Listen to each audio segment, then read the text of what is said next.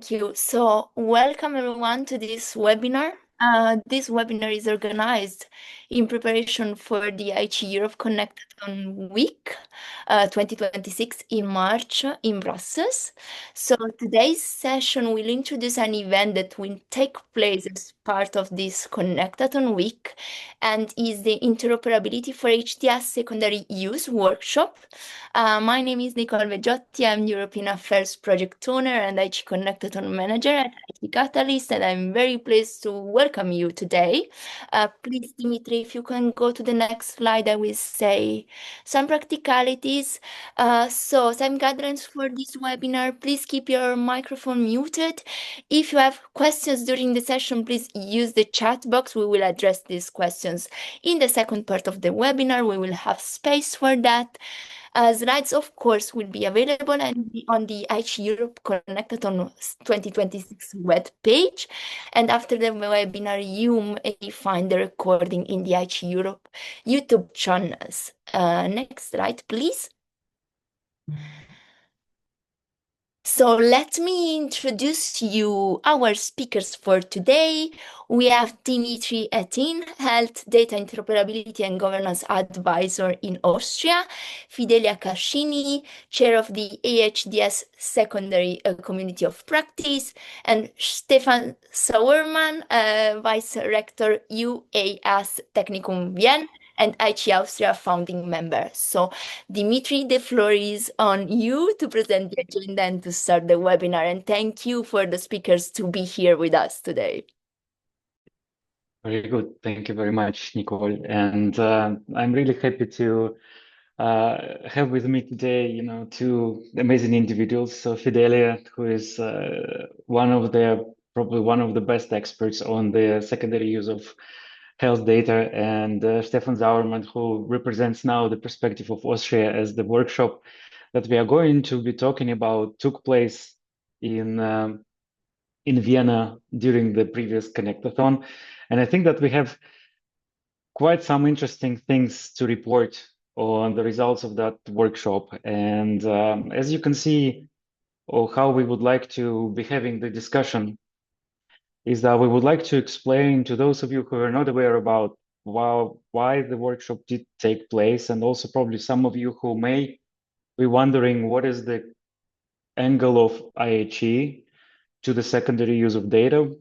So we would like to explain that a little and also give you a broader overview of what is happening in the national and international communities that are trying to build up the knowledge and understanding of how we can run the secondary use of data under the European Health Data Space Regulation.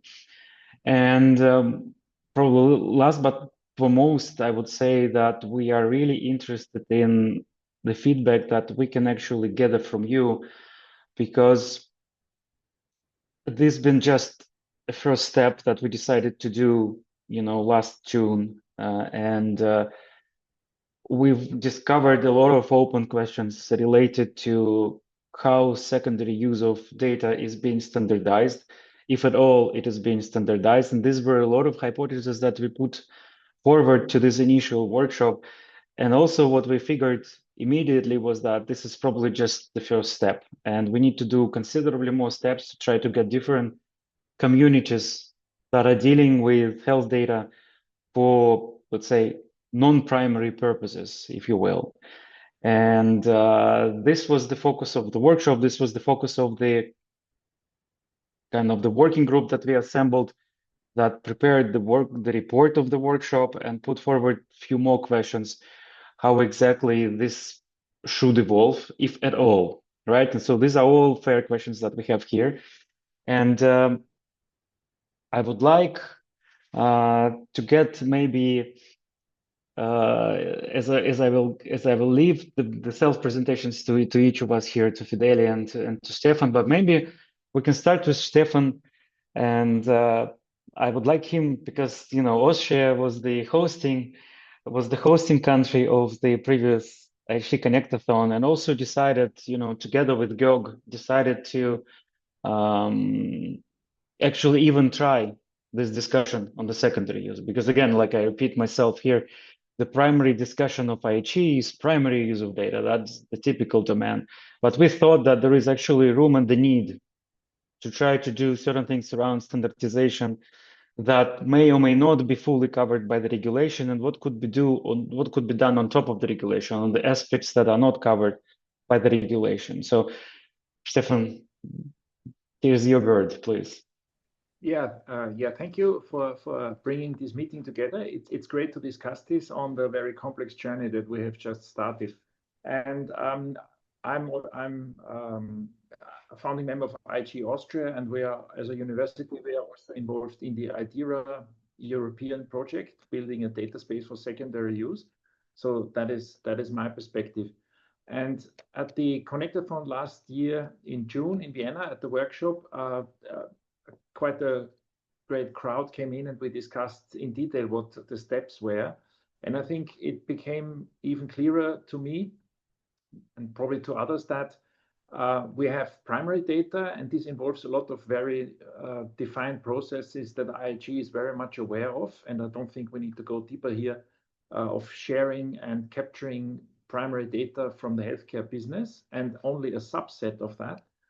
And secondary use then tries to generate knowledge from the whole complete bunch of medical data that is available wherever it may be in the large and small IT systems on this planet.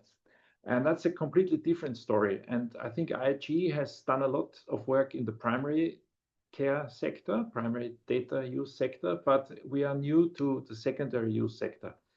And I've looked at a lot of documents and in the book.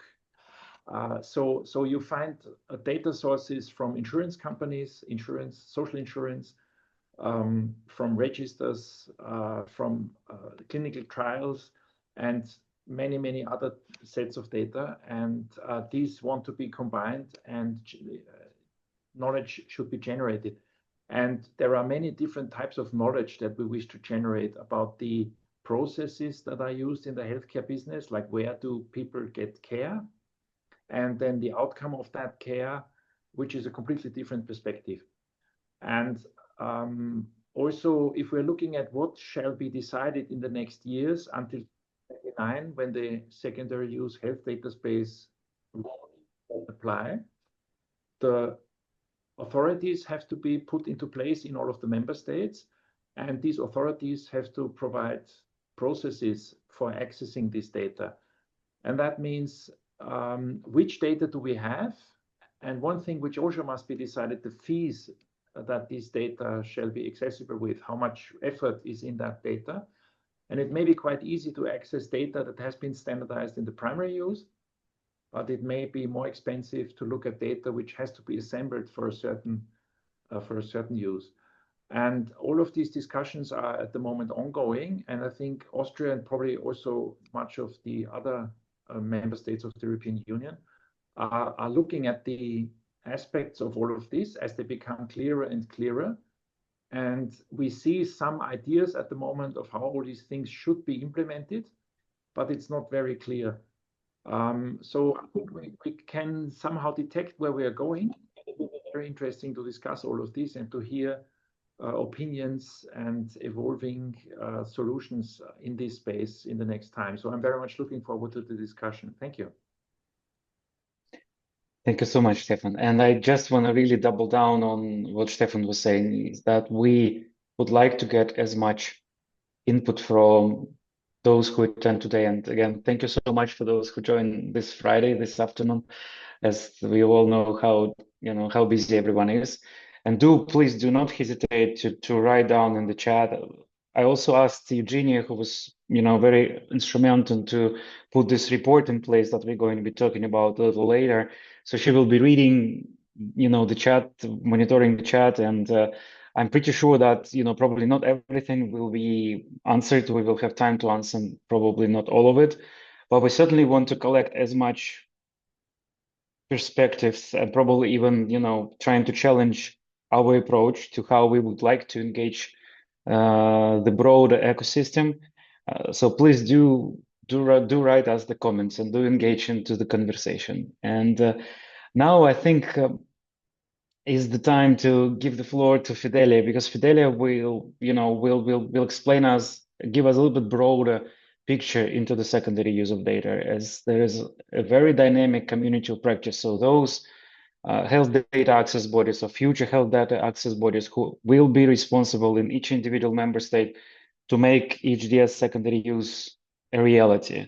So there's a lot of pressure on that community, and that community is extremely vibrant, and there is a lot of things are happening. And I'm happy to give the floor to Fidelia to guide us a little bit into, or give us a little insight into what is happening there at the community of practice. Thank you very much, Dmitry, for the presentation, and thank you also all of you that are here with us today to share perspectives on the secondary use and all the activities that we have to perform in the next future. I will give you an overview of the community of practice, what it is and what are the goals, and what are the expectations after this launch of the community of practice will reach the target points, because we need the participation of all the stakeholders, and we need that all the member states contribute to the building of this very ambitious project. The next one, please. So the community of practice is the community of the competent authorities and the affiliated entities supporting the competent authorities in the member states to setting up health data access bodies that, as you know, are the public entities that will manage and will be responsible for enabling the secondary use of health data. It was launched in 2024, and it will help the transition towards the EHDS board, as we will see in the next years, starting from 2029. What we are doing now is create an exchange. We are creating exchange of information. We want to align approaches between member states, between these competent authorities participating to the secondary use, because we need to ensure a coherent design, implementation, and we need to reach a common vision, a common understanding of what will be the secondary use within the EHDS framework. The next one, please. So how is the governance? What is the governance of the community of practice, and what are the activities? The community of practice has a general assembly that hold meetings a couple of times per year, and a steering board which lead the directions of different subgroups which are working for the development, the implementation of specific infrastructures and tasks. In particular, the steering board and the subgroups are working to build the health data access applications and management systems, which is one of the binding tasks required to the health data access bodies. And these are all digital business capabilities that all the member states have to implement and have to put in operation before 2029. So the other subgroups and which is related to the capability is that related to the creation of the metadata catalog, and considering also the aspects related to data quality and utility. Then we have other subgroups which are working, for instance, in secure processing environments building and in the cross-border gateways and the delivery of services related to health data at EU. These are the subgroups which are working to build the infrastructures that the HTAB need to have for the functioning of the secondary use within the EHDS framework. But we have also horizontal subgroups which are working to facilitate this kind of exchange to facilitate an harmonization between the member states towards the deployment and operation of the secondary use, and also subgroups which is related to the sharing of information and involvement engagement of stakeholders, which is important especially to prepare the implementation of the secondary use everywhere, not only limited to the authorities and the EHDS. The next one, please. Why it is very important right now? It is a structure which is facilitating not only the creation of the ecosystem in the member states, also using investments that are available through direct grants and other kind of funding from the EU. But it is very important because this is the first stage of what will be the EHDS board. So the governance of the EHDS ecosystem also in the future, starting from 2029, when we will have the complete architecture of the ecosystem and the framework to allow the functioning of the secondary use everywhere in the EU territory. The next one, please. So in our activity and our discussions to support the creation of the EHDS and building the capabilities within these organizations, these authorities, what we are noticing right now and what are the challenges that we are facing. First of all, it is related to the different starting points that we have in the member states at the European Union level, because we have a member state which are very, very advanced and others which are at the very early.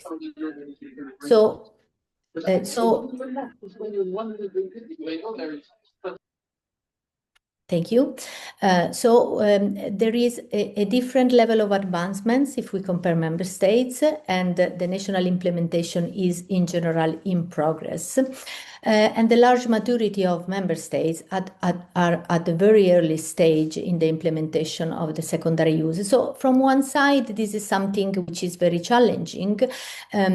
From another side, this is a good opportunity for all the activities, including the standardization and other contributions that we can receive from the stakeholders to the improvement of these kind of services and for the creation of the secondary use ecosystem. And we have to consider very clearly in our mind that all the efficiency and the competitiveness which will be related to the secondary use services and functioning are strictly related to the health data access bodies capacity, which is, and these are related also to the approval timelines related to the applications, and also to elements which are consistent with transparency mechanism and data harmonization capacity. I mean that even if at the end we will have EHDS with all digital business capabilities in place, but if these digital business capabilities are not enough, are not complete enough to allow the use of this data for secondary uses and for the several purposes, this could be a limitation and this could create a misalignment between member states. So it is not only important to build the system and the infrastructure related to the system, but it is also to take care about the functioning of the system, the flows and the processes related to the system. So this is something that we need to face in the next future, because right now we are building the architecture of the system, but the processes are something that we have to build in the next future, immediately after the capacity building are in place. The next one, please. And why this is very important? Because if you consider that right now, considering that secondary use is the very first experience for all the for most of the member states in Europe, we created a maturity model to facilitate an alignment between the member states. But this kind of maturity, if we look at standards and interoperability, is mostly based on something which is not exactly related to the process and the functioning of the processes and the performance of the processes. Because these standards are mainly related right now to the use of tools for the preparation of the catalogs as Health DCATAP. It is also a result of other joint action as TIDAS2, for instance, and other activities related coming from other initiatives. But this is just one piece of all the types of standardization that we could achieve for the best functioning of this process. And also we are working on a format on templates that could facilitate an exchanges of this information between member states, as for instance, the application form and the request form, and also infrastructures to facilitate the exchange, to allow the exchange of data between the different member states. But as you can see, this kind of standards and interoperability are not, as in the primary use, related to data, to the different categories of data, and to the interpretation and interoperability, for instance, related to semantics or other aspects related to the data categories. This is something still missing in the secondary use. The next one, please. On the other side, even if we are missing standards related to data categories, we have an obligation which is coming from the European Health Data Space Regulation, which is that to use a lot of different data categories. As you can see, the electronic health records, which are the data coming from the primary use, are only one category of the world of the data categories, which must be available for the secondary uses. And this is something that can help us to reflect on what is the possibility, the opportunity to intervene with a proposal regarding standardization, harmonization, and interventions to facilitate this kind of exchanges for different data categories, to allow an harmonization and to facilitate the flows and the processes related to the secondary use, to maintain this kind of performances that we are expecting from both the HDAPs, but not only, also related to data holders that have to put in place and make these data categories available for the secondary use. The next one, please. And I'm very close to the conclusion.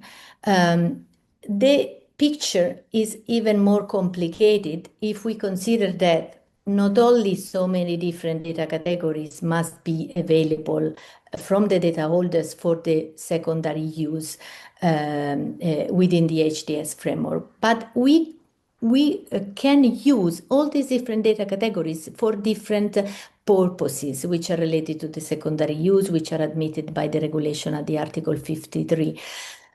So when you think at the combination between these different data categories and so many different purposes for make the use of these data categories possible in practice, you can clearly understand how could be very important an effort to understand what's the best way to find a standardization to facilitate this kind of process and this kind of exchanges for the best and more performant way to use the EHDS for secondary use. And I think, Dmitry, that's all from my side, just to give you a picture of what are the challenges that we are expecting for the future if we want that the secondary use really function in practice and not only as a beautiful design. Thank you.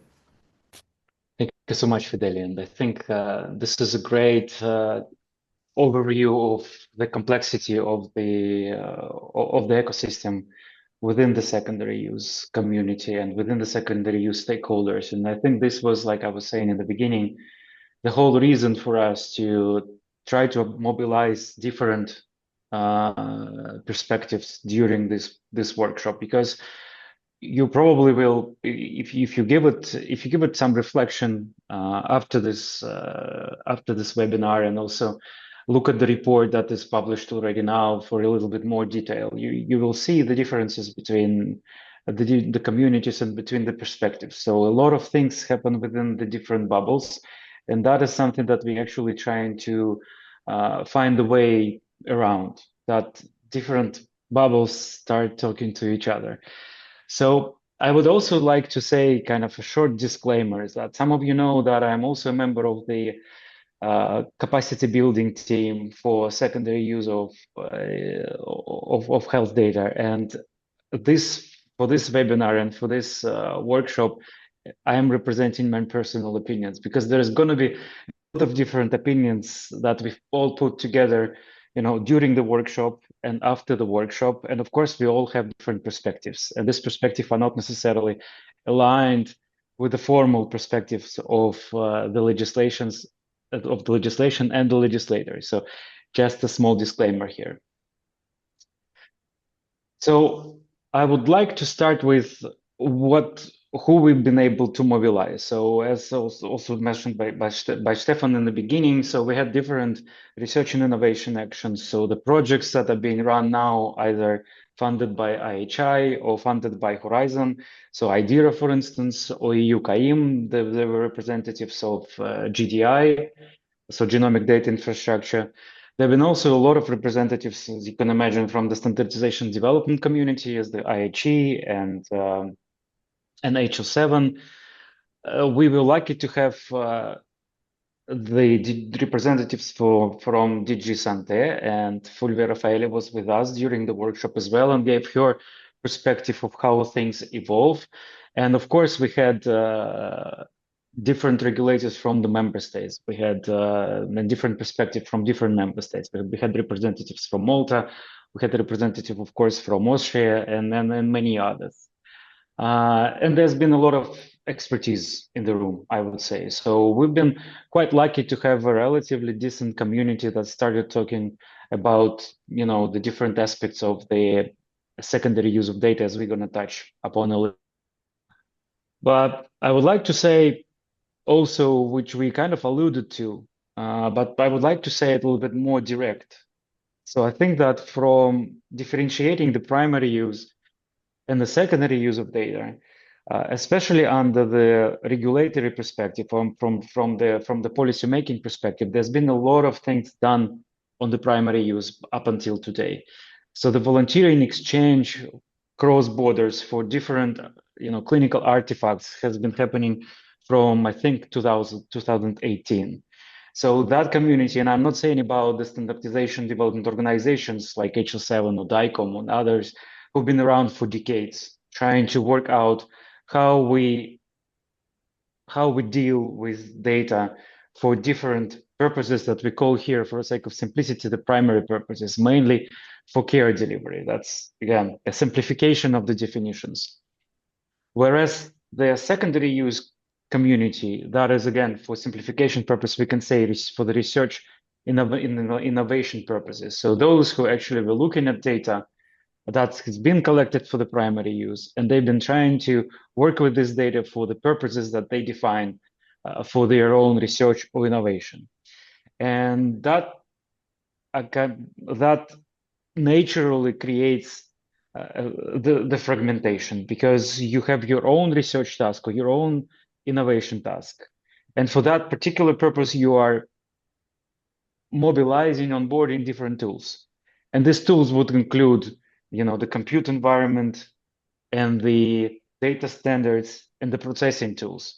So it all usually is for particular purpose, that is a given purpose of an individual group that is dealing with the data that, again, they've been able to discover.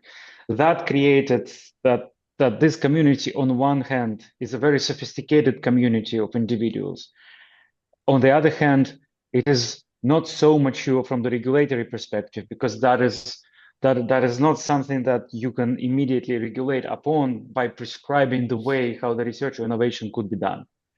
So to the extent of today's communities, I think that probably the only thing that we are able to regulate within the secondary use of data is data protection, if you will, on the large scale. Could be GDPR, could be different consent prescriptions for the national and international levels.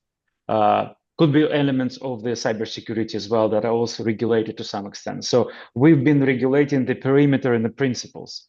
But the way how the things are being performed and acted upon as research itself, as using of data, as writing the algorithms and executing those algorithms, this has been rarely, and this is barely regulated so far. So that's what we've came into actually as the challenge in front of us for us to try to solve. And the way, so what you're looking at, again, it's a simplified picture, very streamlined. That is not so streamlined, but you will see that it reminds a little bit of the outcomes of different joint actions. So, like, for example, TEDAS, the first one, or EHDS 2 pilot, they've described some basic aspects of how actually we can lay out the framework for approaching the use of secondary data. So what exactly we are trying to regulate here, what exactly we are trying to empower here through the regulation.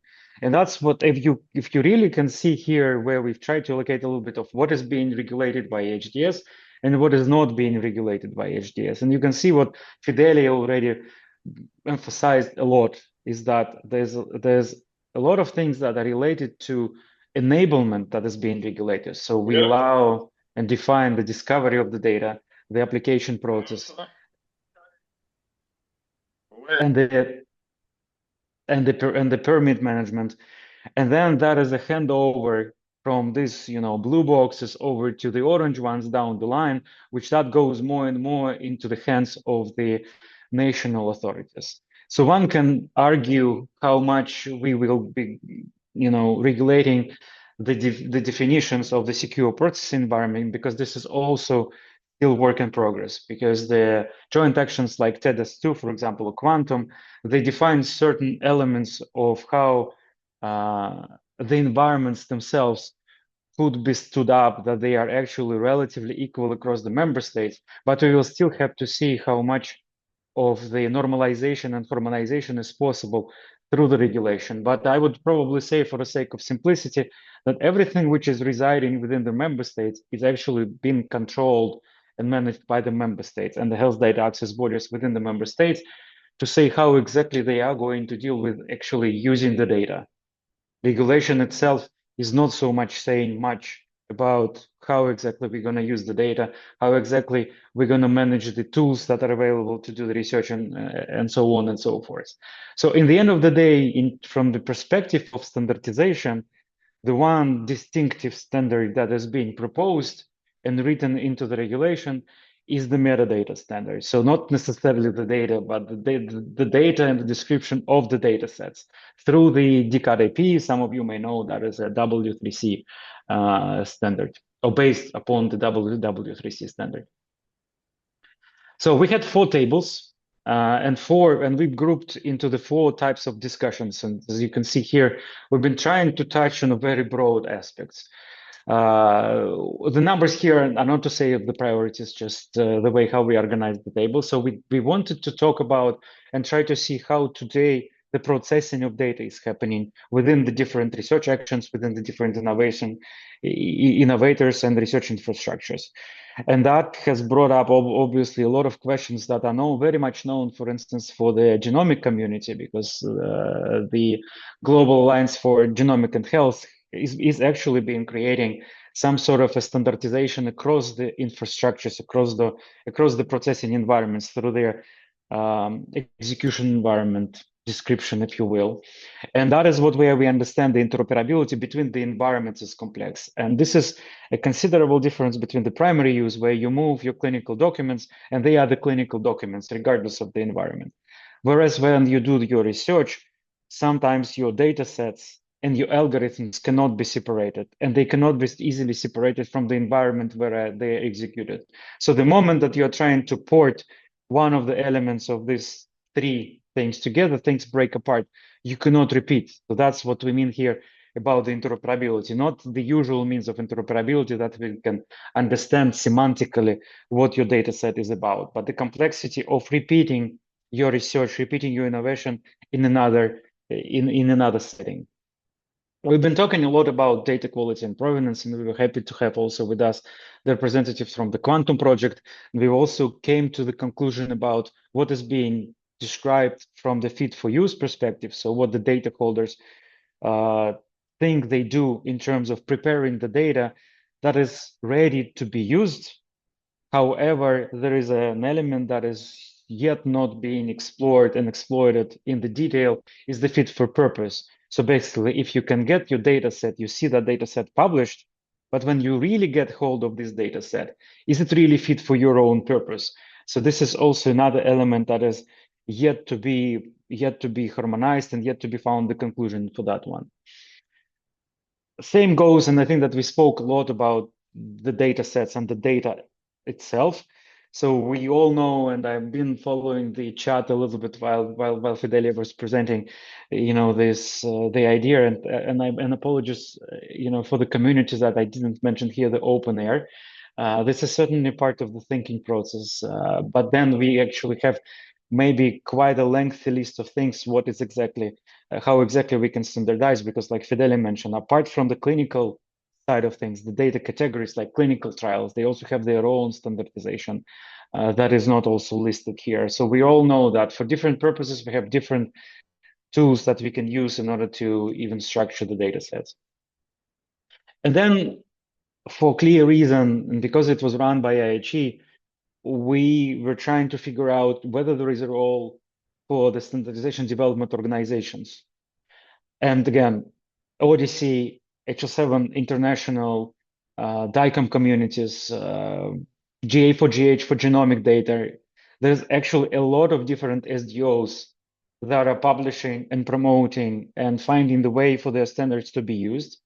And I'm not even saying about, some other things like, we'll mention probably this on the next slide about standardizing the environment itself. Is just another approach and another group of organization and people who are trying to specify other aspects of the secondary use of data. So we've been thinking, and I'm mentioning here something like what kind of coordination that we may expect in order to actually resolve this complexity of this ecosystem. And I'm saying here, like, we see the coordination opportunities at boundaries, and we will mention that a little bit in the next slide. So it's a complex concept that we've been thinking about. What does it really mean to coordinate at the boundaries, or the edge coordination, if you will? So just again, to be more specific in saying what we have been discovering, so you can see what are the different communities and what are the different preferences that we have today. So that's, I would call it more like a state of play. So we can always refer to some large initiatives that actually are standard-driven initiatives. So for instance, the European Medicines Agency initiative called, Darwin at EU. So they are clearly standardizing on OMOP. And that is a huge driver, especially for those healthcare providers that are taking part and providing those data sets for observational studies that European Medicines Agency is commissioning to the Darwin at EU program. And we've seen already a lot large institutions that are standardizing their data set for secondary use through OMOP. But again, this is one of the use cases, and these are predominantly about the observational studies. On another front, if you were reading the TEDx2 public consultation documentation around specifications for secure processing environment, you can see that this is highly or deeply inspired by the work of European Open Source Cloud and Trust project, and by the specifications for trusted research environments developed under the under the HDR UK, Health Data Research UK, or DARE UK. So probably 70–80% of the work being done there in these particular initiatives is being repurposed, and we probably can expect that the technical specifications that may end up as implementing acts are inspired and following closely these specifications. And then the question also becomes the same: is it our approach to standardize the secure processing environments that we actually can work across different secure processing environments within one nation, member states, or across member states? But we need some approach to this, because the limitation for the secondary users, we know that we don't necessarily move data. And this is one of the major differences from the primary use, where data for particular purposes defined by the regulation is moving across. For secondary use, we are trying not to move data. We're trying to move the data within the safeguards that regulation is allowing, respecting the residency laws, respecting the consent, and so on and so forth. And then also an interesting perspective we've heard from the National Institute, Public Health Institute of Austria, about reusing some of the existing standards that are coming from us, or we inherit from the data sets that are already leveraging FHIR. And for instance, they've been running some of their public health tasks related to analyzing the vaccination rates and whatnot through what has been available through FHIR interfaces. So that is, in a way, for us, a soft, not normative way, using the standards as they are. So again, the state of play. Why not to reuse the standards that are coming to us from the primary use? So we don't probably necessarily need to do anything with the data that is coming in FHIR. And we probably don't need to normalize anything. We don't need to mandate anything else if the data in HR systems is already available in FHIR. That actually brings us to that particular question: what is exactly we want to make normative when we say the data standardization? And again, I was looking at the chat before it, I'm seeing that there is more questions over there. That one or another standard could be decided, could be mandated potentially, or could be promoted. So these are the questions: to what extent we want to promote those standards? Do we want to make them normative? And if we want to make them normative, for what particular use cases we want to make particular standards normative?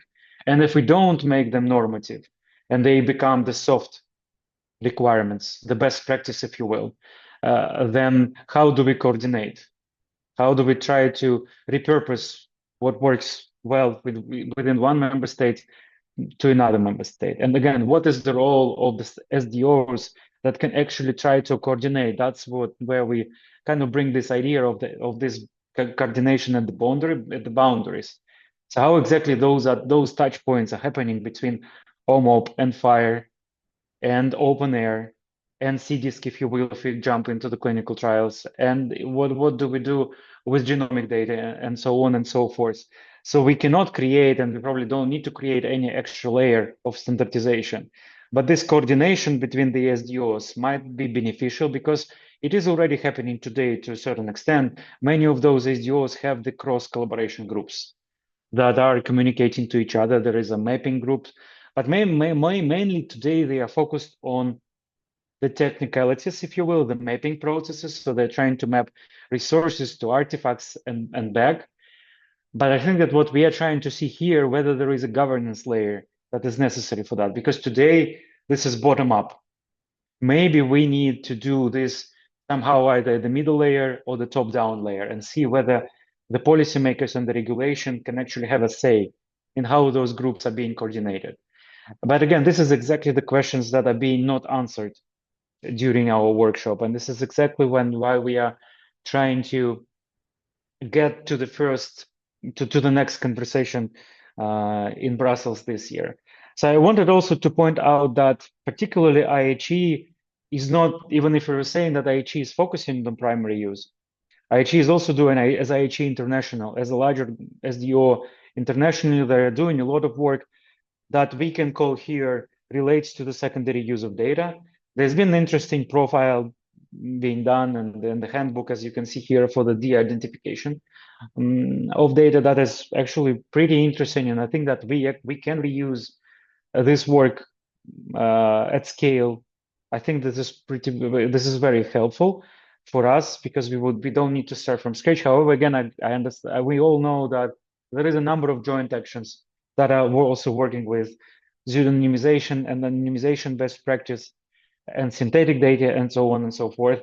Again, I think that there is a lot of international work that could be repurposed again. And this, you can see here, there is another work that IHE was doing for the past decade related to public health research. That is also another white paper.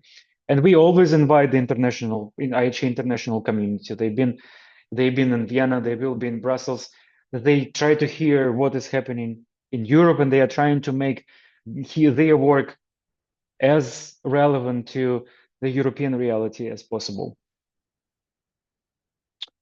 So that's where we come to sort of say next steps. It's like maybe you hear us loud and clear that we've been just starting this up and we are testing whether this makes sense and whether the communities around and different stakeholders see this work relevant and this forum as IHE Connectathon relevant to these types of discussions, because we didn't find majority of the answers. So I'd say we were able to identify more questions and more hypotheses probably that we need to work against, and we would like to iterate.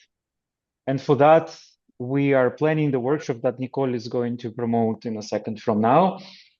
I would also say that we are welcoming again all the questions that you're posting now in the chat, and you also can do after you read the report, because you can download the report through this QR code. It also, I think, is being promoted under the IHE resources, so you can easily find this report, read it a little bit in more detail.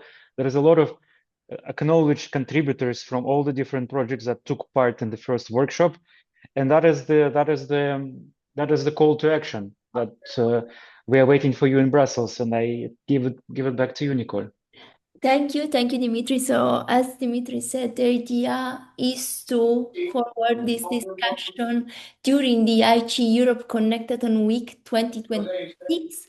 We will handle this interoperability in EHDS secondary use workshop on Thursday, 26th of March 2026, from 2 to 5 p.m. So during the afternoon, we're at the Egg. That is about 10 minutes walk from Brussels Gare du Midi. I think we will open the registration soon. And I think now it's time for questions because we have exactly 10 minutes left. So I think we have an engaging discussion in the chat. I saw a lot of messages and a lot of answers from our speakers. But if you have any other question and you want to speak, it's your time to do it. So let's see. Either speak up or raise your hand, and yes, we absolutely. call you on spot. So as usually, you know, we need to have a first one, a volunteer to break the ice. Engage in discussion in the chat, but no one would speak. So let me see what we have there. Yeah, I'm also checking the chat if so I saw an email from yesterday meeting. I please ask Carlos to write an email to me to answer. I will answer you this question after because this is on another topic. Dmitry, did you find that question that we didn't answer to? Let's see, Eugenia, do we have anything that you think is worth bringing up in person? Most of the questions were addressed by Fidelia and Stefan. So probably we can start our discussion with what's the motivation of healthcare healthcare of those who develop healthcare solutions to standardize their tools for secondary use.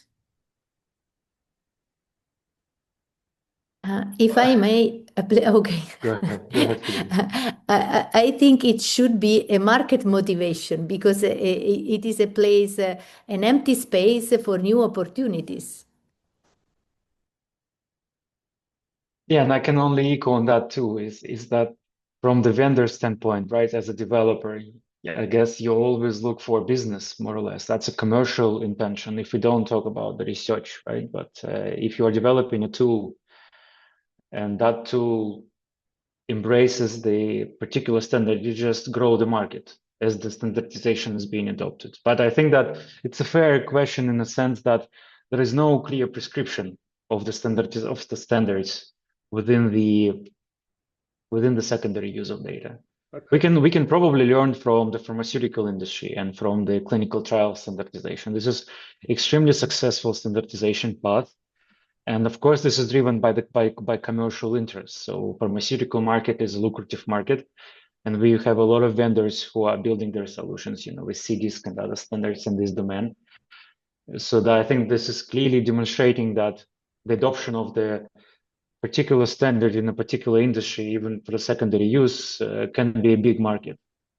But Dmitry, if I hear this, I get the picture of the fees, and the fees I think are part of the regulation. So if you're a health data access body, there will be certain fees, for example, for industry to access certain types of data. And is that the market that you're talking about?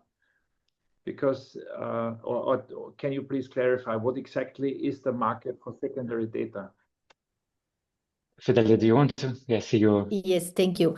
First of all, the fees are only related to the reimbursement for the preparation of data set for the make data available, so they can change from one member state to another due to the different cost of the work and other activities that could be requested by the user. So, but it is not a market, not at all.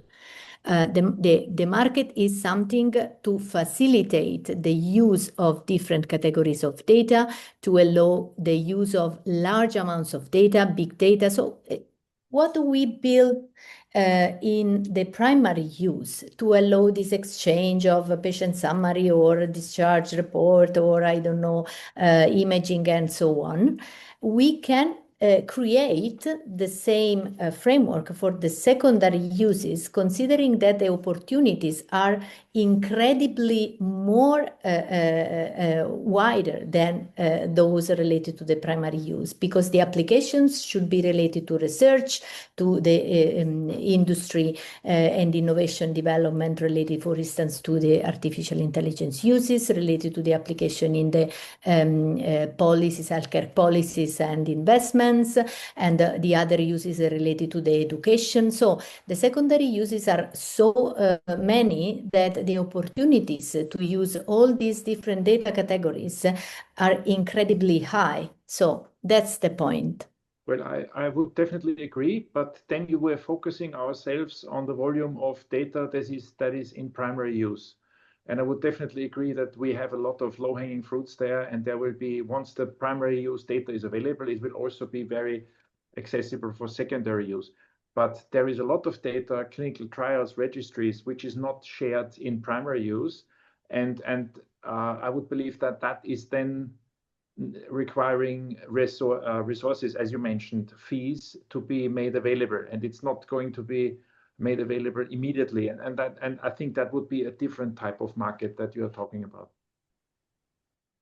And I would probably also add here is that even if we say that there's, probably at the first step, we have the, EHR exchange format, European EHR exchange format that mandates either FHIR or CDA. I think this is also still work in progress, but regardless, these are standards. But also we have to be mindful that this is only, six categories, right? Six data types. For clinical research, this is nothing. We need considerably more rich data sets in order to do sophisticated research. And this data for now is actually buried within the EHR systems.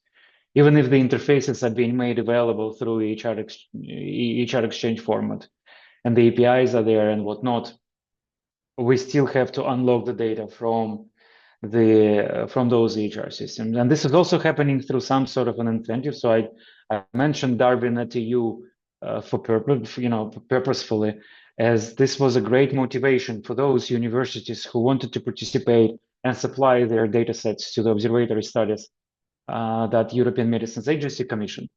So they imposed OMOP. That was, in some sense, we can call it a market force, just the European way. It wasn't a commercial market force, but it is more like a government mandate.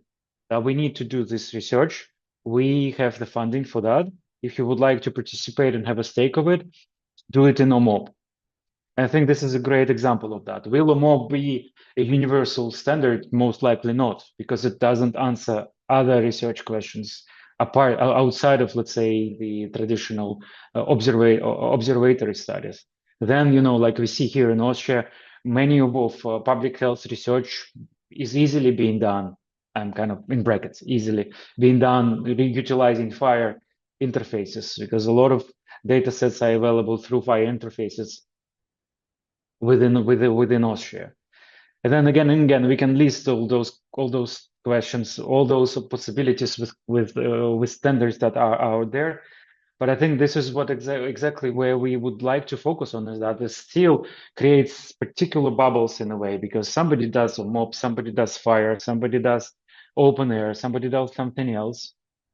But where does this meet? And do we even need to meet this standards at some point in time? Do we need at least slight touch of the synchronization and harmonization, some recommendations of what use cases pertain, better fit to what standards? Do we need that? Or again, this has to stay open-ended. These are exactly the questions that we started trying to answer to, and just I think that we need few more probably iterations to come to a better conclusion, because we originally were thinking to explore this topic after the workshop, but we found out that we do not have enough response and enough understanding of the state of play within the member states, how exactly things are being performed. So therefore, this is the motivation to continue this discussion in Brussels.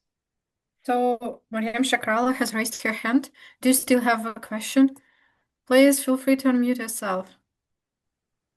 No, thank you so much. I was just trying to break the ice, but I think we're on top of the hour already. But I will quickly just ask about the fact that every member state and the EHDAPs and the secure processing data environments will be established per member states. But then what about if I am developing an AI algorithm and I want to combine different data sets that are compatible, have the right type of data that I want from different member states? Because that's the whole purpose of elaborating or liberating this data for secondary use. Then where will this secure processing data environments will live if I want to mix data sets from different EHDAPs across different member states? I was just wondering from an infrastructure standpoint of view, how does this gonna work? Well, there's a regulatory answer to that, right? So there's going to be an EU EHDAP. This is one of the possibilities, and the member states can agree to use the EU level SPE. I think there is also no restrictions in terms of agreeing to use one's SPE, considering the data residency of the national member state. So that is possible. There are ways in the regulations. So I think this is not a big deal in terms of pre-agreeing. So there are ways again on the European level, and there are ways of reusing SPEs across the member states. I think this will be all outlined in the implementing acts. But this is being foreseen for sure. So this joint, and again, I think Mariam, you're also raising, you're also bringing up the AI element there. We don't need to forget that there is also an implication of the AI Act and the regulatory sandboxes that must be instantiated by August next year or this year, unless it changes. So there is a lot of work in progress on those questions. But I think that there is a vision, at least, to where we go. And yeah, these types of dialogues are not necessary again, I think, because we have the policymakers and regulators also listening in. We're kind of 2 minutes past the hour, so Nicole, Yes. please manage us from Yeah, here. I mean, the discussion was so interesting that I don't want to interrupt you. Looking forward, our event in the IHE-Europe Connectathon week in Brussels. Looking forward to see you all for continuing this discussion. Thank you so much for the speakers, Dmitry, Fidelia, Stefan. Thank you so much. Thank you, Eugenia, for helping me in the chat and in the discussion. Thank you to the attendees, and see you and have a great weekend. Thank you. Bye, everyone. Thank you, everyone, Thank you. and Bye bye. have a great Bye. weekend all.